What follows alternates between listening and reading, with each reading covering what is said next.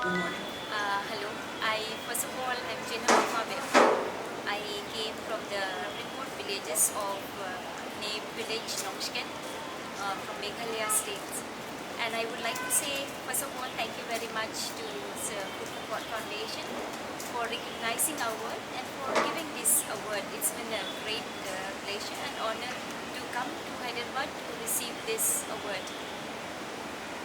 And yeah, regarding the So sorry, I cut believe, it. no, that's okay. We can keep going. So I believe you were the winner of the Reading for Pleasure School award. Yes. So would you like to maybe talk a little more about that? Yeah.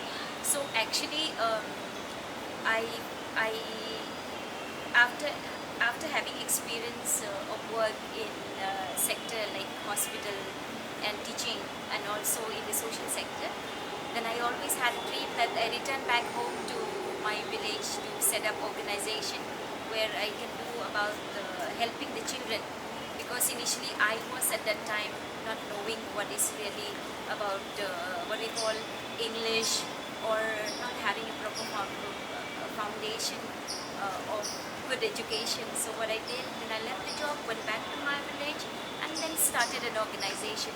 And however, I realized that this setting up school and also education is very, very important that I need to address. So I founded this school called Dewdrop Academy Friendship School in 2019.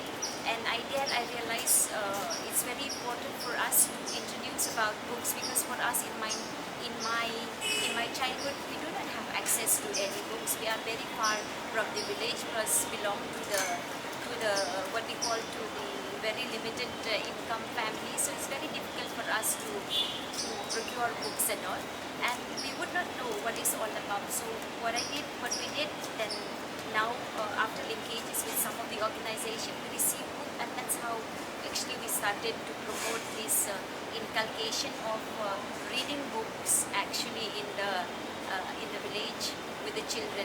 So how we do it right now, since our school we do not have yet a proper setup, then we do it in the open space. Like our school is covered by the cemetery, and there every Friday, every Friday we would have this library session for the kids. Some part of it, they don't know yet to read what is what in the content of the books, but they simply enjoy the pictures in the book, and with the interaction of what they learn about it, and also that they could see their imagination actually is beyond the book than what they see, and sometimes they could connect with what is there in the book and also beyond what is it. So it's like pretty amazing, and I really feel that inculcating this joy of reading and the pleasure of reading out of academic session thing like that, it's really a great what you call a great vision that the children would see and would foresee for the next time maybe, or maybe also help them to prepare for the future greater what we call their academic greater good, and also maybe their vision. So I guess it's very, very important that yeah, as a founder maybe to really stimulate them to read more books, and also bring more opportunity, giving more space for them to read and learn and just to enjoy reading. That's all. One thing that I do know is the kind of stories you choose for these students. They tend to, your unique approach that you just spoke about, they also tend to be indigenous tales. Yes. So what we did, most of the indigenous stories which we have in our community, usually we never have it in the books. Okay, very few. And what we did is that even till since my generation, like when I was a child, my grandmom will tell me a lot of stories. We will sit around her, she will tell the story, and that story we won't find anywhere. And sometimes what we do with the kids, sometimes we also tell story with the kids, and some of the local unique stories that we see, like stone, some of the things which we could see, and then we narrate that story pass on generation to generation. I'm hopeful maybe with the interest of the kids, slowly they can by themselves collect books, sit with the older uncle or generation, and then try to collect more stories, and maybe we can bring them back again to sit together and write, and so we will compile what the children are doing by themselves. So I think, yeah, that is really what we have been trying to do in our school. It's like you take a part of yourself and the culture that brought you up and you give it to them, and then they inculcate it and grow up and then take that part and then give it to someone else. It's beautiful. Thank you very much.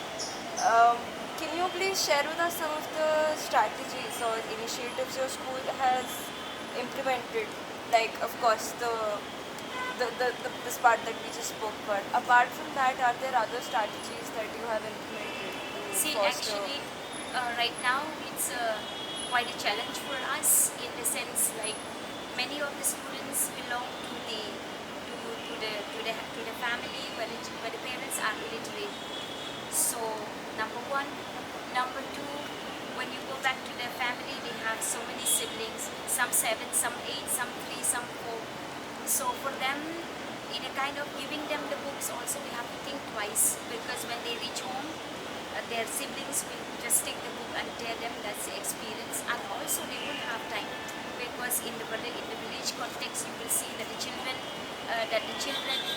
what they do, they support their siblings, caring, helping while the parents are doing some work. So in that way, right now, what is this? The only strategy that we are doing is that every Friday in our school, then we have this library session where the teachers in there, they will take the books and give a table. The children themselves will select which one, and in case if the students find difficult in understanding the context, their teachers will help. That is number one. And number two, now we start seeing which are the children who are really interested in reading books, and then who are also good in taking care of the books. We do give them to take them home, the books. So that is